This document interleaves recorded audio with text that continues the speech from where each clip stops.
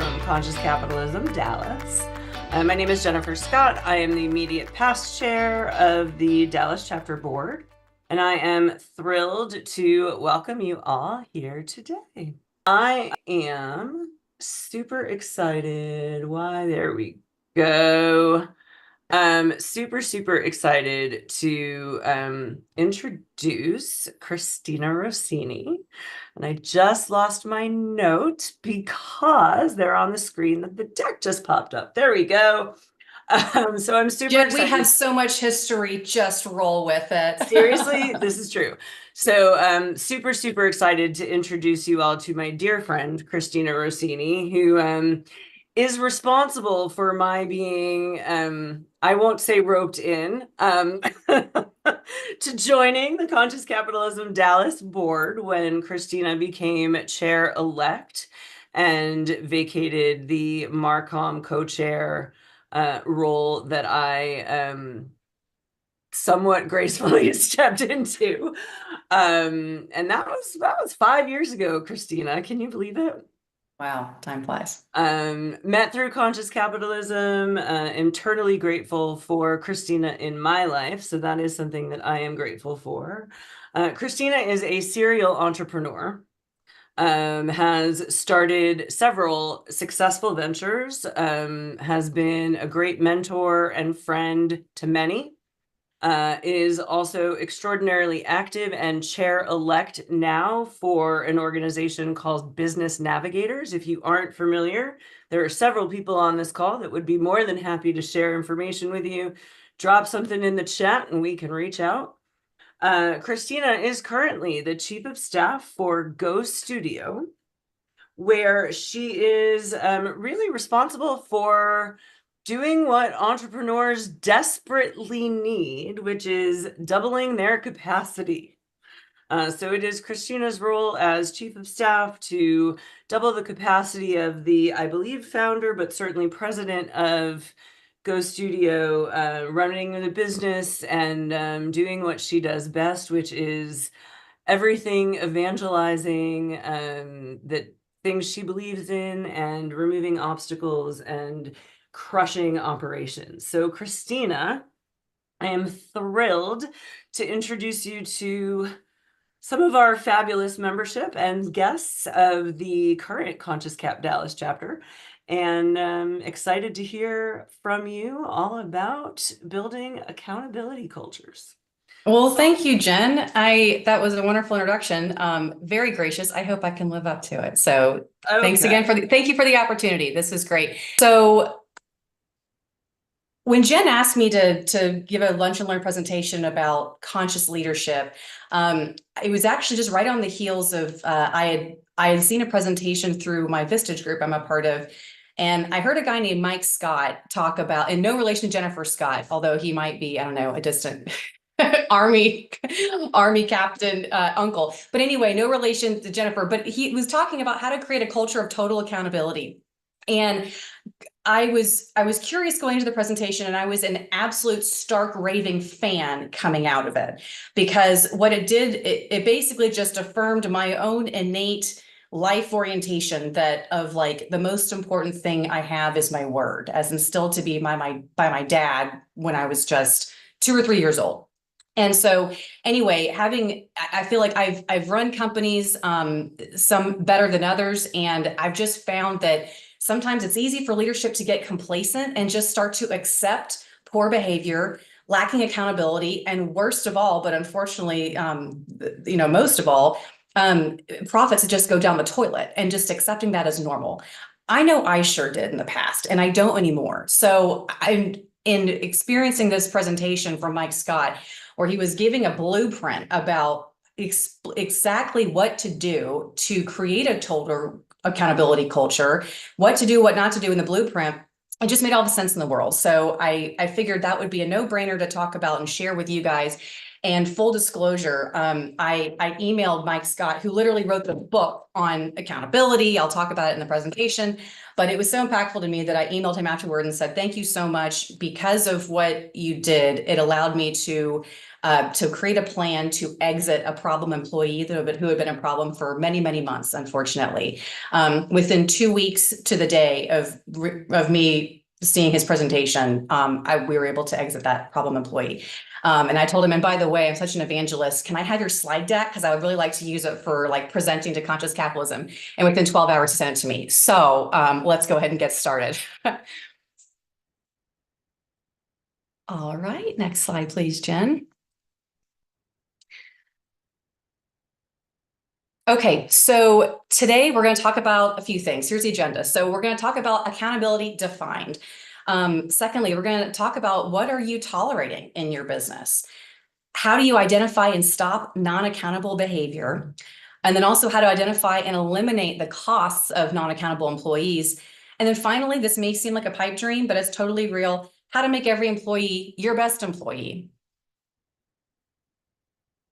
Okay, so everything I'm going to teach you today, I learned from Mike Scott, who's a U.S. Army captain and Vietnam vet, who literally wrote the book and the curriculum on accountability. And he trains leaders on how to improve productivity, morale, communication, and accountability.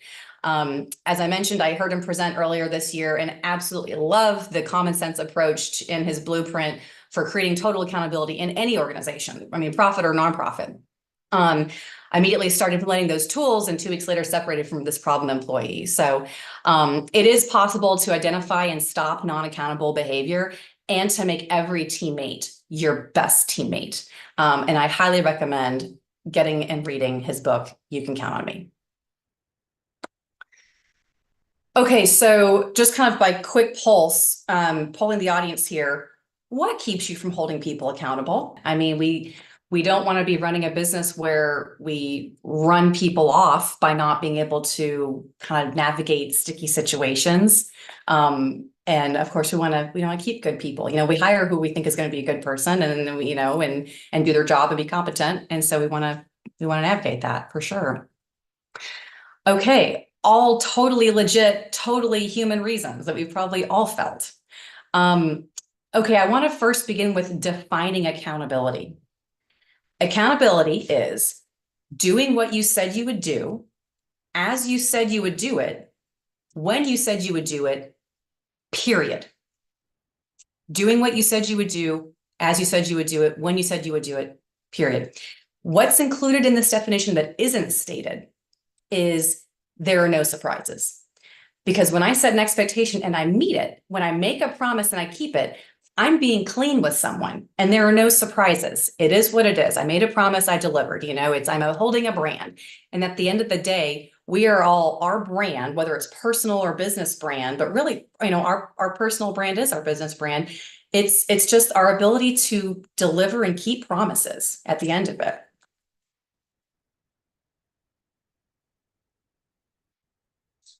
Okay, so what are we tolerating here? What perhaps might you be tolerating? Some of these are like the 5 most common things that we as leaders tolerate in an organization that is bad behavior, that's unaccountable behavior, that we're just kind of letting it go for one reason or another. Maybe it's a bit it's inconvenient or not enough time to deal with it properly, or maybe you don't even know where to start dealing with it the right way.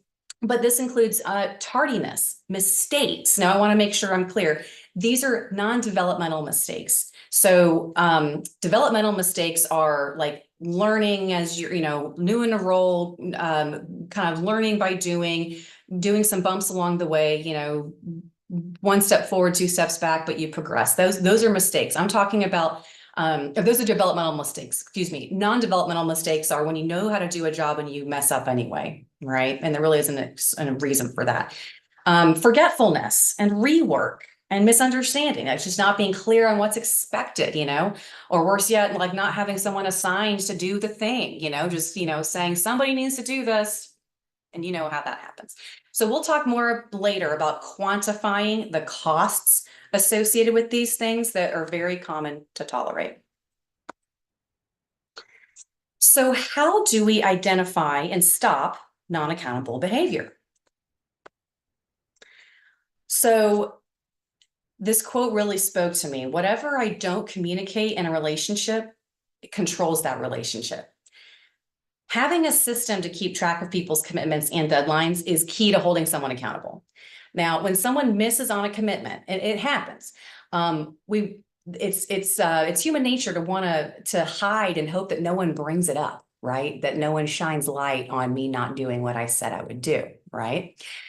When we shine light on it by keeping track of action items and then bringing it up in an adult conversation, the other person learns very quickly that A, they can't hide, and B, that I don't tolerate non-performance. And by the way, excuses for what I didn't happen, excuses are non-performance.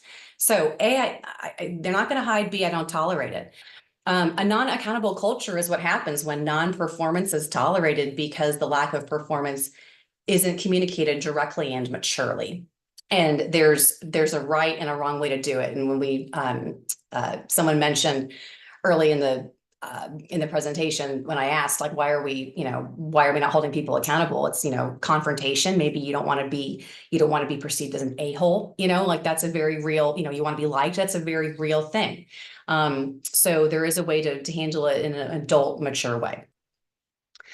So, total accountability blueprint. There are 4 essential elements here. Number 1, having a 0 tolerance for non-accountability. 2, proactively setting up total accountability. And we're going to talk about details of how to do all this stuff. Number 3, eliminating surprises of non-accountability. And 4, dealing with surprises of non-accountability if and when they do occur. And they do occur. So what does 0 tolerance look like?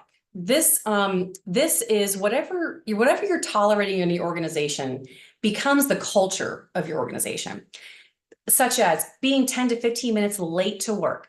I have done that many, many times. Not following through on commitments, having great ideas and suggestions that are talked about during meetings that then die after the meeting because no one delegates ownership of next steps. This is absolutely critical. The leader must model the behavior that they want to see. You can't delegate behavior and not do it yourself. However the leader is, so goes the company. Peter Drucker has said that. Rand Stagen, a much beloved member of Conscious Capitalism here in Dallas, has said, leaders get the companies they deserve. You must model the behavior you want to see. This includes being impeccable with your word. That comes right out of the 4 Agreements by Don Miguel Ruiz. You make and keep committed actions. A committed action is a what by when, a due date and a due time. It's making a promise and keeping it. This also, 0 tolerance also looks like no excuses ever. That is taking ownership of something, even if it's not entirely your own. Now, I'm not saying that you apologize for something that's not your, that's taking on someone else's responsibility as your own. I'm talking about ultimately as the leader, especially if this is coming from something happening within your team under your care, it ultimately all rose up to you, right?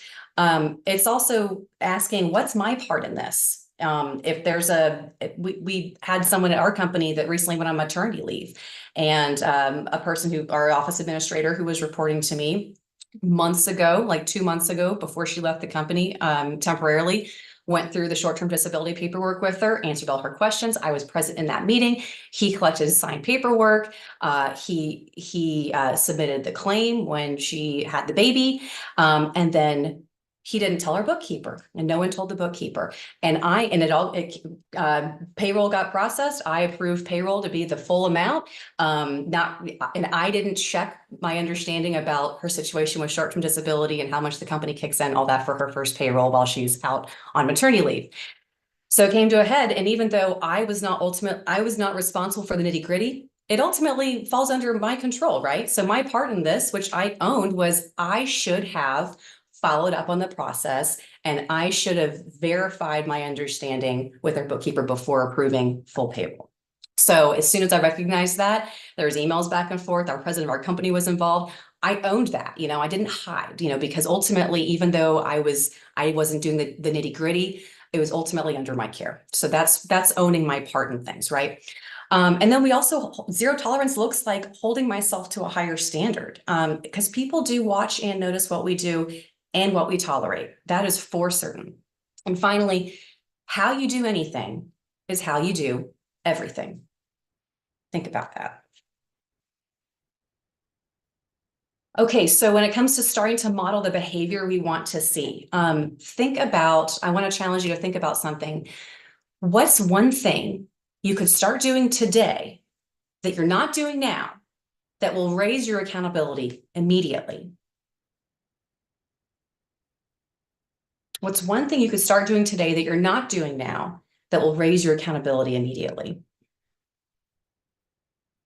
What's something you could model?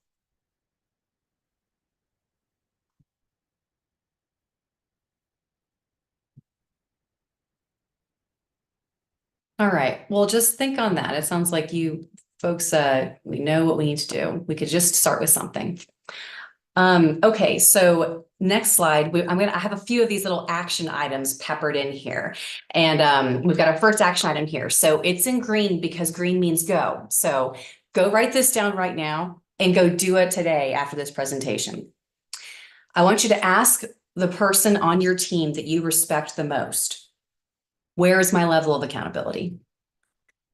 Now, I like to quantify wherever possible because it helps all parties arrive at mutual understanding and clarity. And I would quantify this question by asking, on a scale of 1 to 10, where's my level of accountability? Now, depending on the current company culture or the person, like if the person you're talking to is deferential, or maybe he or she doesn't want to risk a backlash, either real or perceived from you, I might follow up this question with, I give you permission to answer honestly. So this could look like, hey, teammate, on a scale of 1 to 10, could you tell me where is my level of accountability? And I give you permission to answer honestly.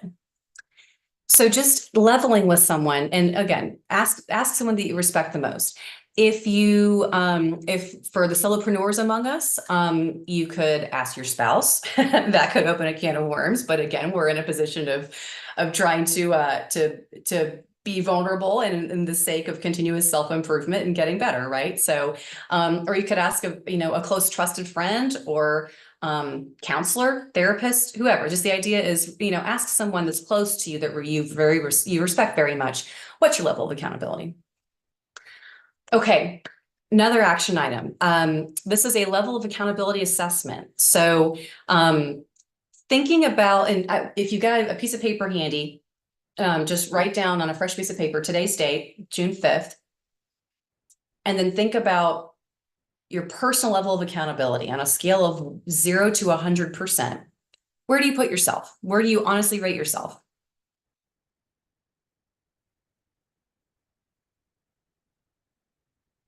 Now thinking about your internal organization, answer the same question. What's the level of accountability within your organization on a same scale, 0 to 100%? Now, chances are, if you're more than a solopreneur, I mean, if you're a solopreneur, then these are one of the same numbers ideally. But then again, like people, if you have fractional partners or contractors, et cetera, that's part of the internal organization. So this is just for your own usefulness and utility. But if there's a difference in these numbers between personal and your internal organization, I challenge you to think about what you could do to model more accountable behavior, or what you could do that could potentially close that gap, because we want to be living in alignment after all. That is what conscious leadership is after all. So and we'll talk more about modeling behavior and alignment here. Okay, so the second part of this blueprint, this 4-part blueprint, is proactively setting up total accountability. Now here's the deal. If you only take one thing away from this presentation, this is your slide. This is the one thing. These are the 3 gold medal habits, all right, to achieve total accountability. The 3 gold medal habits are thus: give and get agreed upon due dates and due times for completion of all delegated work, no matter how small. I mean, tasks are, everything has to get done, right? Secondly, repeat or paraphrase all verbal requests. And then third, insist on results with no surprises.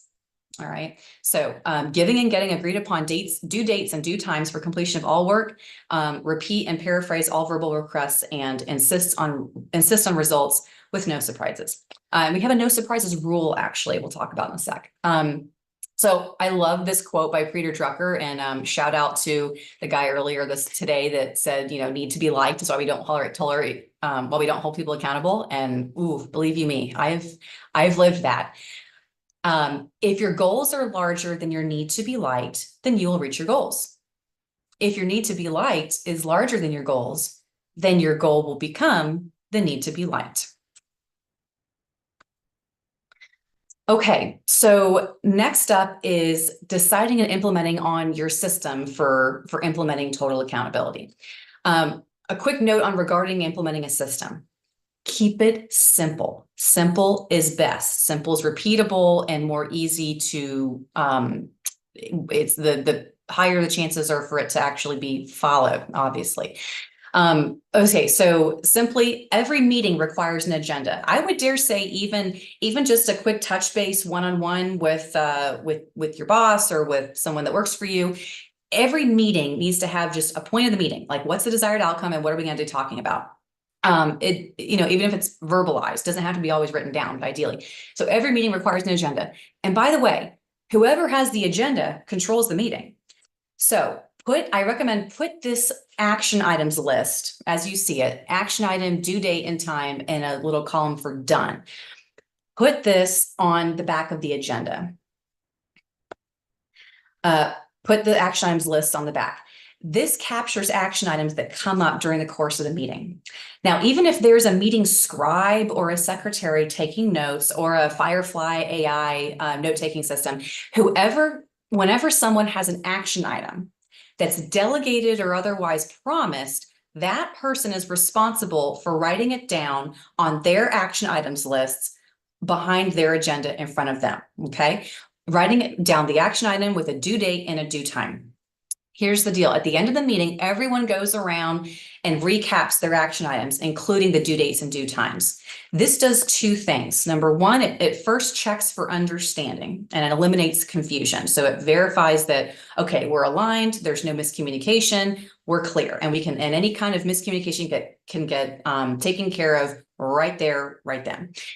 So first of all, checks for understanding. Second of all, the written record and the public declaration make it all but impossible to forget to do something. I mean, with to-do lists and Asana and a physical just paper list and all kinds of tools, really there's no excuse for forgetting. Like there's literally no excuse for forgetting. Like we are resource rich right now.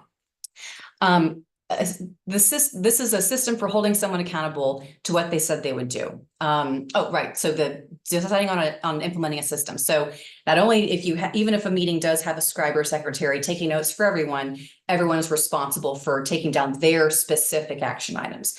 All right, that's all well and good, but then how do we as leaders who are delegating or being part of this solution that rely on other people to do their stuff in order to advance initiatives and projects? Like, how does accountability come into play? How do we check and make sure, just checking in to see that they've done it? Okay, well, first of all, we never say just checking in. It's having a system for tracking promises.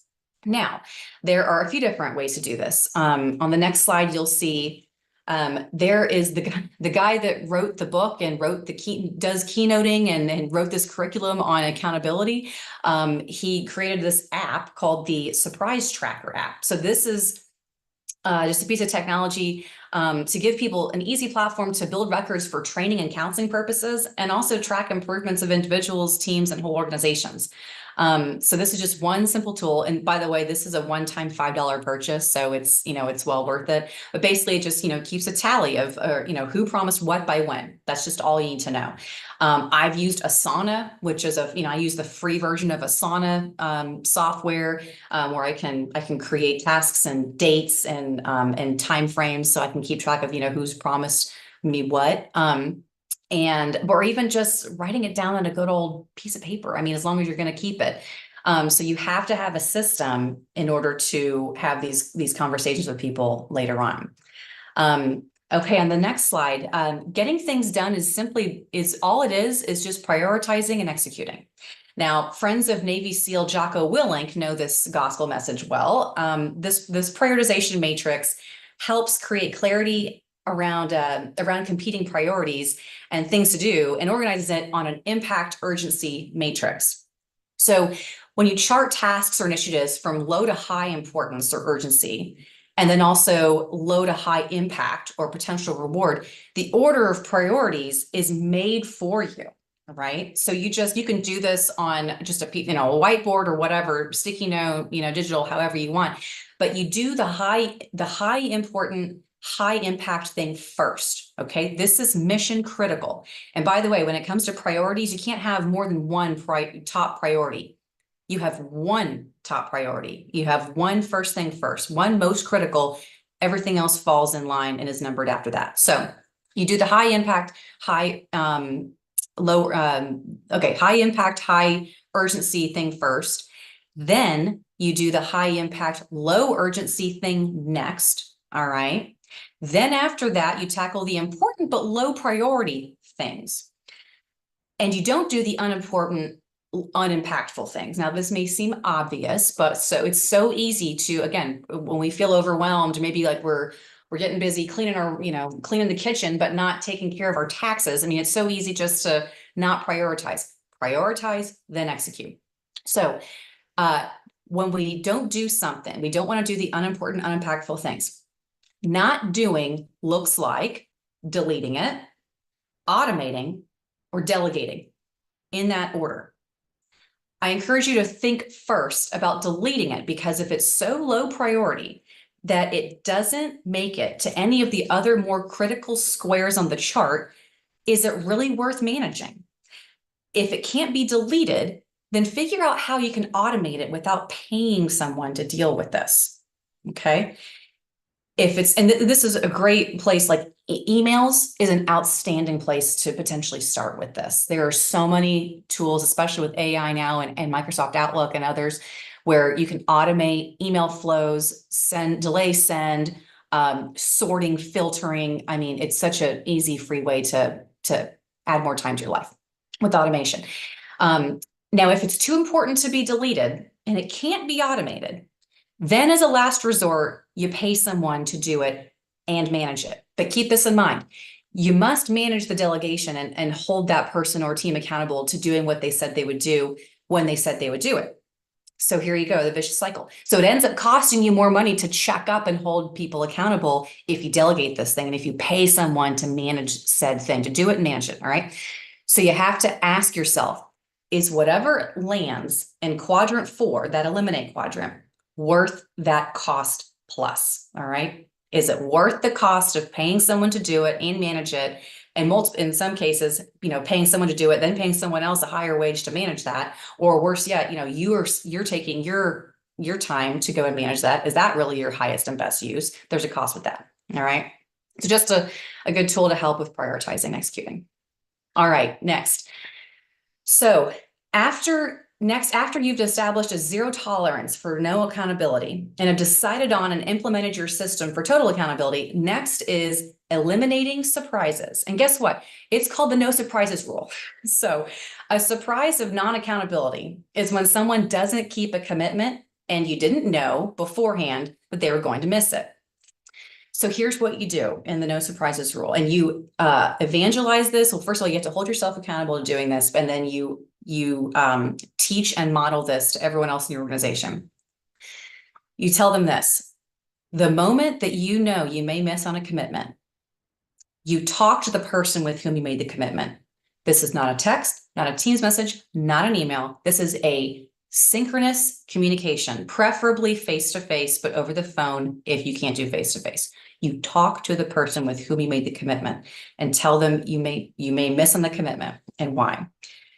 Second, bring 3 possible solutions to that conversation for approval, if approval is required. But if you've got a monkey, you're not just going to walk into someone's office and give them your monkey and leave. You're going to take your monkey with you and you're going to bring some solutions with how to deal with that monkey. Okay.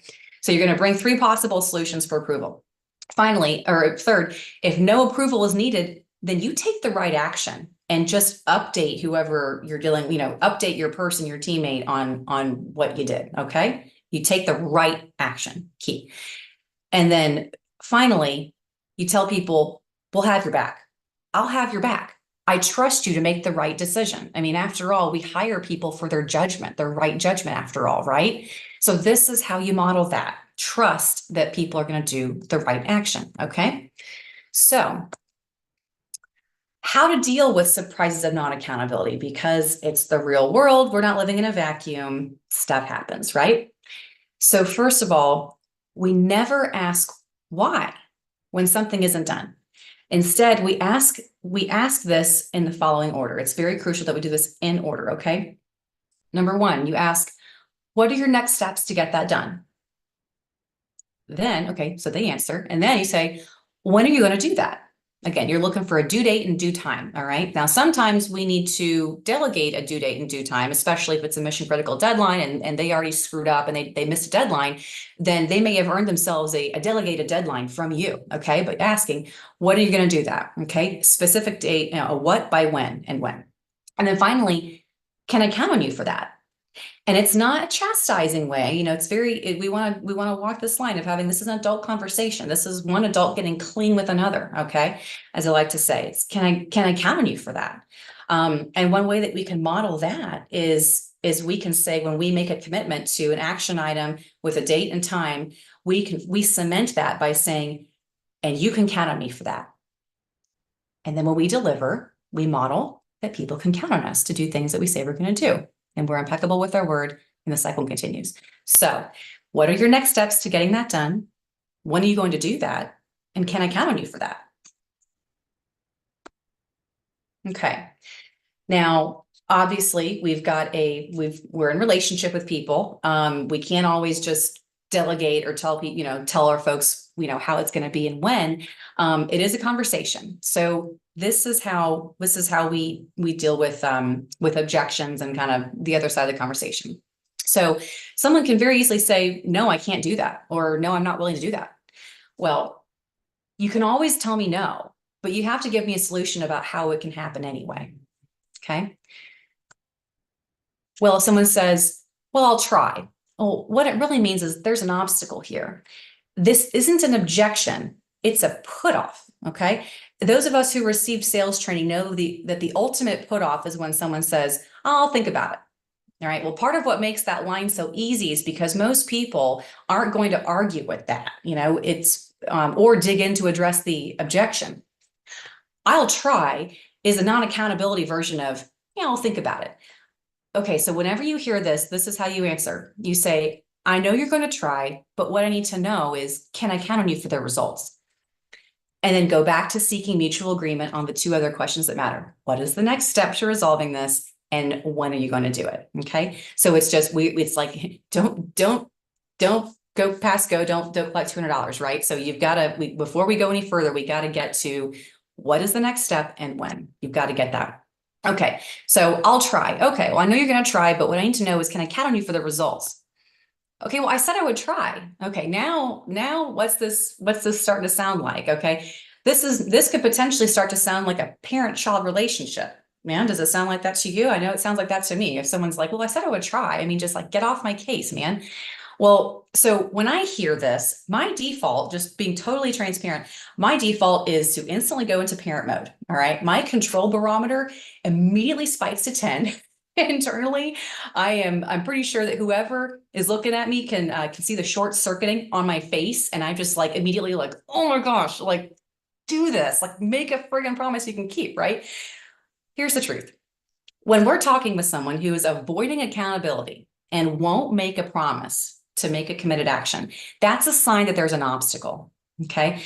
So when I feel, I need to remind myself of this, when I feel control starting to set in internally, that's a flag to me that I need to be curious and talk about the obstacles or the objections the other person is thinking about that needs to happen in order to get this done. And they may not even, the person I'm dealing with may not even realize that there's an objection. Like they may just be thinking, who knows what they're thinking, but this is an opportunity to get curious, to have a conversation.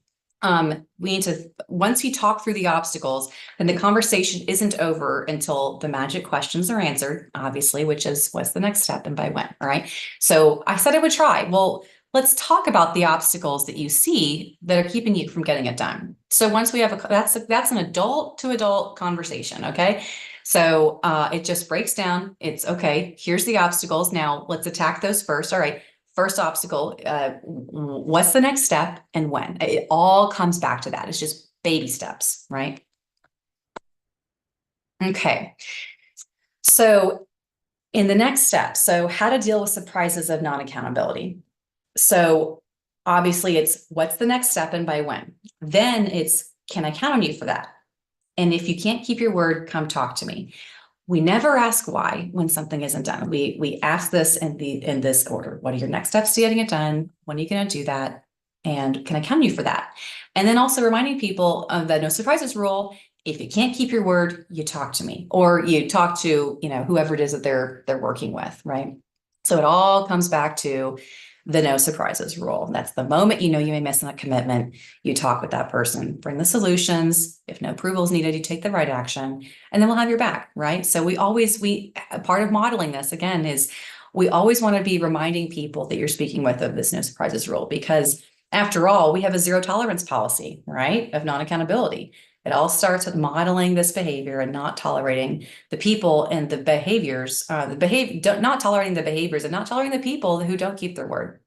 All right.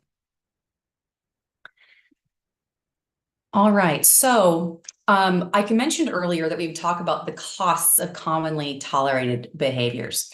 And since y'all know that I like to quantify, this is the time when we put dollars to these things. Let's take tardiness first. Some people have a habit of this. I still struggle with tardiness, and I'm the first to admit it, and I have in the past as well. You may be modeling this habit yourself with tardiness. These are folks that show up late to meetings, miss deadlines because they think you're going to tolerate it. Now picture this. There are on average in a year, there's 2008 working hours in a year, okay? An employee who makes a $50,000 salary equates to $25 an hour, or a 15-minute interval costs $6.25 an hour. Now, 15 minutes per day over the span of working per working day. I'm not counting weekends and holidays, okay? But 15 minutes per day in 1 year is $1,650.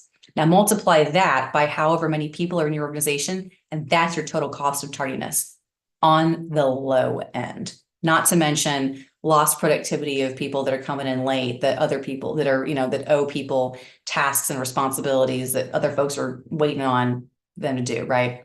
That's on the low end. Now, mistakes. We talked earlier about developmental versus non-developmental mistakes. Non-developmental is when a person knows their job and gets it wrong anyway, okay? When mistakes are chalked up to human error, you can expect more mistakes to happen. This little mistake just doubled the cost of your employee's work because of the time involved in correcting it. And get this, the US Bureau of Labor Statistics shows that 30% of all work in a company is rework. How insane is that? What's worse is that now, what I'm about to say, this is kind of like one of those, you can't really, you can only trust stats so much, but what's worse is that 38% of rework goes unreported. Well, if it's unreported, then how the heck do they know they arrived at 38%? That's what I'm curious about. But the point is that when leaders aren't tracking rework, it's hard, if not impossible, to rectify it. And profits going down the drain then become considered normal. It should never be normal, guys, to waste or lose money in our company. Like, it should never be normal. We're conscious capitalists, and we don't forget the capitalist part after all, right? Our responsibility is to run good businesses, to keep people gainfully employed so they can provide for their families and we can give back to our communities and all that stuff. So it's incumbent upon us to reduce waste, okay? Because we gotta keep profits to keep in business, right? Losing money should never become normalized.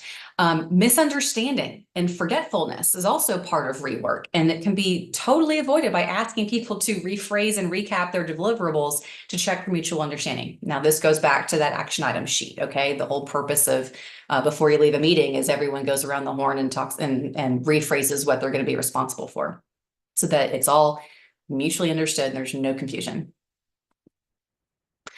Okay, next is what's called the circle of accountability. So we've got employees who are hired by leadership to do jobs to deliver a result. Who here is hiring employees just expecting they're going to do like 70% of their job?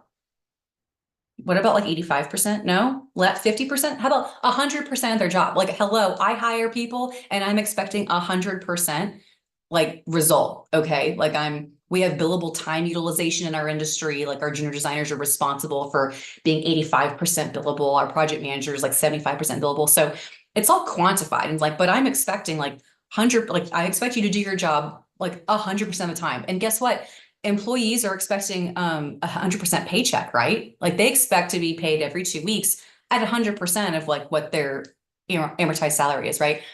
If I'm getting 80% from one of my teammates, am I going to pay them 80% of their work if they're a salaried, person, right? I mean, if they're hourly, it's something different, but even still, point is that everyone's is expecting 100% paycheck, right?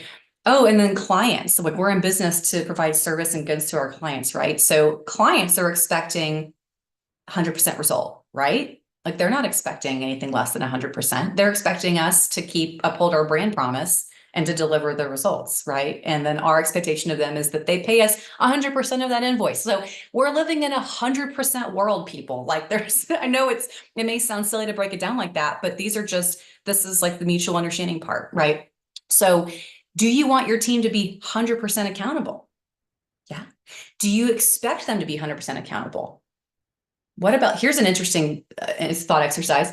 If we want our team to be 100% accountable, but perhaps we've tolerated bad behavior or we've tolerated unaccountable behavior and unaccountable people for a while, that we now expect people to not be 100% accountable, therein lies a gap, right? Therein lies a misalignment here. Well, if we're not expecting people to be 100% accountable, yet we pay them 100% paycheck, and we're promising our clients that we're going to be giving 100% results, then why aren't we expecting 100% from our folks? Well, I wonder if it's because we're in a culture where non-accountability is tolerated and considered normal and bad behavior isn't corrected. All right. I want to challenge you. Stop making excuses for people. It is totally okay to expect 100% accountability. No more excuses. And where does that start? We don't make excuses for ourselves. All right. It starts with modeling that behavior. So if only there was a quick reference card that had these tips and a script of what to say to manage accountability. Oh, wait, that actually exists. Look, we've got these little accountability reference cards. You can buy these for $2 each. They come in English and Spanish. They're at totallyaccountablesystems.com. And Kim, would you mind putting that in the chat notes? Totallyaccountablesystems.com. You can also get the little blue gold medal habits card. That's the pocket reference card of the 3 gold medal habits to achieve total accountability. And it has the quote from Peter Drucker about if your goals are larger, they need to be light, you'll reach your goals. Anyway, so those are available online if you're interested in that. So I love these cards. I keep mine handy because it reminds me of key elements of creating a total accountable culture. I mean, it's all about giving and getting agreed upon due dates and due times, repeating and paraphrasing, insisting on results with no surprises, keeping track of the work, and being the model of accountability in all areas of our life. And I especially love the definition of a leader here.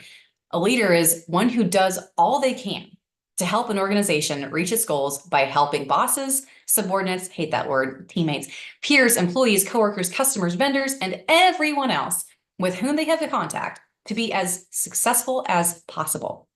That's a leader, okay? And on the other side of the card, it talks about like never ask why when something's not done. You go through the questions, and that's how you manage unaccountable behavior. All right.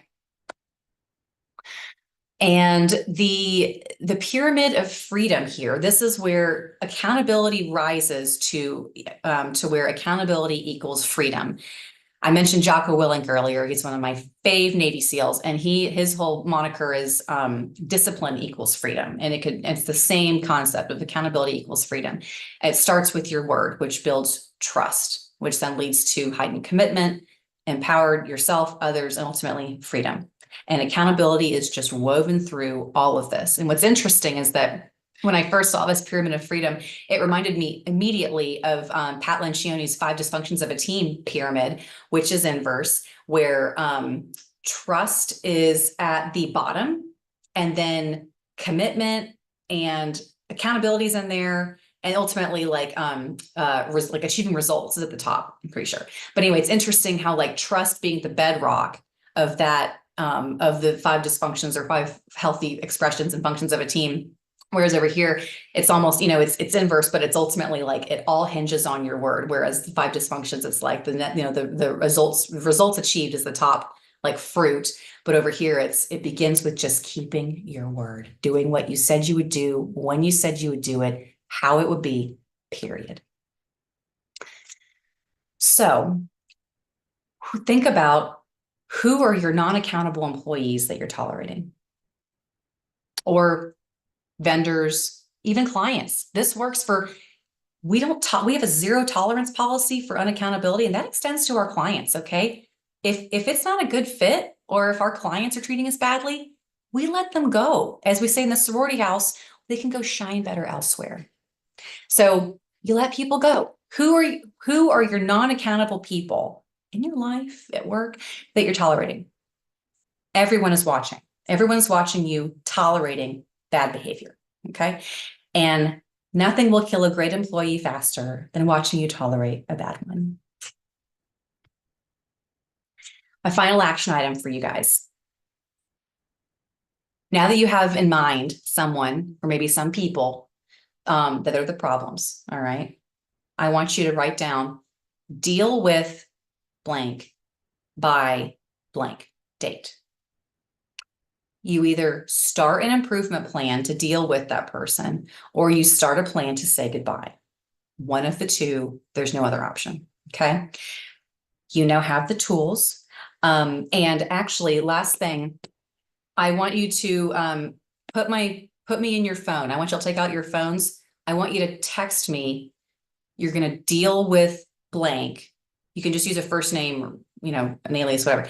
I want you to text me who you're going to deal with by when. And then I want you to, because I want to congratulate you when you do that hard thing. And it is hard. My phone number is 214-310-3818. All right. That is all I got, everyone. Thank you so much for your attention. And I will open it up for, I'll yield it over to Jennifer to do Q&A now. Christina, thank you so much. This was incredible, useful, valuable information. Does anyone have questions or comments? I have a question. Oh, go ahead. Why don't we do Emmett Whoever and that then was. Chase? Yeah. So my question goes back to, I'm a solo business owner, and I don't have a problem with the business. If I have something that needs to be done for the job or for the subs, I always take care of that. The accountability for me comes back to, say, my health, missing a workout or missing weeks worth of workouts, or doing stuff with my family. How do you, I know that's a life balance, work balance thing, but on the accountability, if I'm not healthy, if I'm not doing my workouts, if I'm not spending time with family, but the business is taken care of, how do you hold yourself more accountable for the personal, more important things? Yeah, that one's hard. Because it's kind of hard to keep commitments and appointments we have with ourselves, right? I know that I'll let a workout go if I need to get some sleep to finish a slide deck or something like that. But I think it all comes down to prioritize and execute, man. It's like, who was it that said there's no balance is an illusion? It's like family, work, scene. Pick two. It's like just prioritize and execute and make sure the important stuff gets done. Emmett, oh, I'm sorry, Christina. I was just going to ask Emmett a question really quick. Do you have anyone in your life who maybe shares the standards of what you want for health and workouts and that sort of stuff that you guys could be, or if it's a girl, could be accountability partners? Yeah, I've got a wife I've been with for 35 years. She's very supportive and says, do your thing, but it's my schedule. If I say I need to work, then that's what she goes with.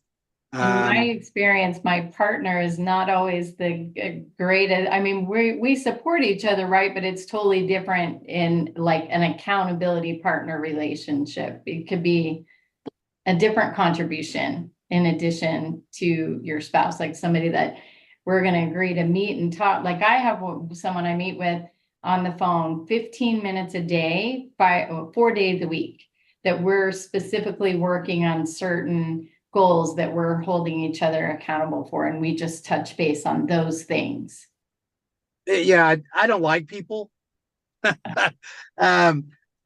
aside, there's 4 or 5 different people. I've got an engineer, I've got a subcontract, a couple of subs.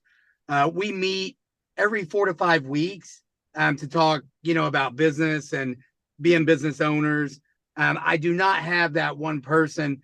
Like my wife, if I say, hey, let's go work out, she's all game for it. But my focus on building the company, I'm accountable to that because I pay the bills. I bring all the money. Right. So that's I've kind of put that as more important. But I'll get like bike rides. I heard Christina say earlier, sleeping versus a workout. I'll work till 10, 10:30, 11 at night. And then the next morning I won't get up because I was working. So again, my work doesn't suffer, but my workouts and just my personal life kind of suffers. So I do not have that. Somebody where you work out who has the same kind of ambitions as you do health wise. I'm a family guy. I don't really. I have headphones. I don't converse at the gym. I just gotcha. Understood. Emmett, I'm going to say one thing and then we're going to move on to Chase's question.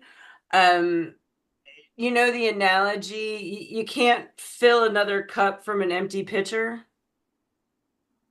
Or when you're in an airplane and those oxygen masks come down, you got to take care of yourself first to make sure you can take care of others. So especially when you're a solopreneur and been there for many years and not anymore, but now I have to pay the bills and pay the people and pay the benefits and all the things, right?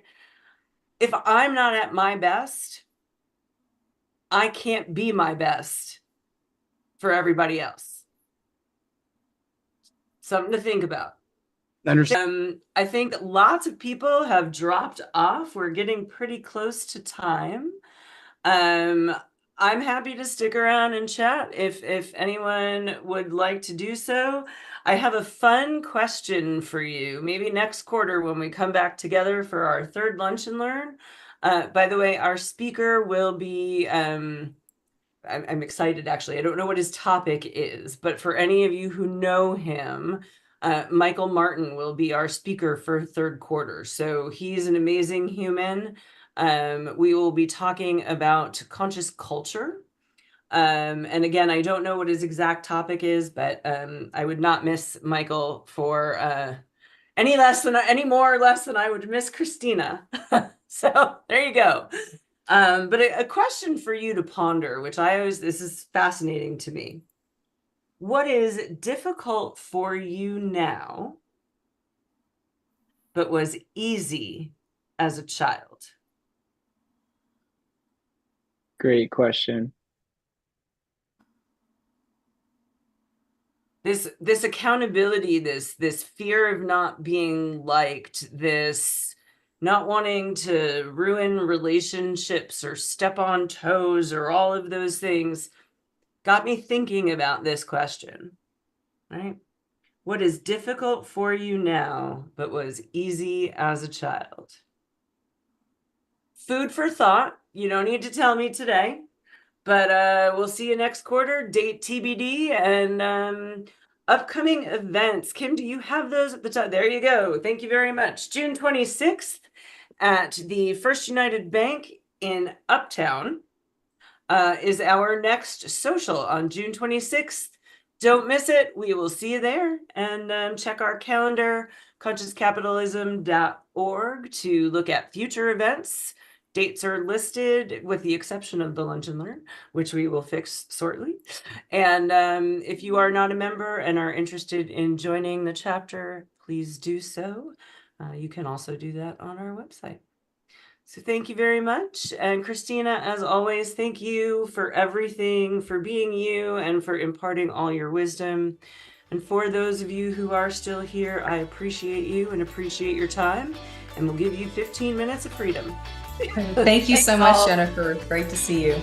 You too. Bye, guys. Thanks, Christina. Thanks, Jennifer. Thanks, Case.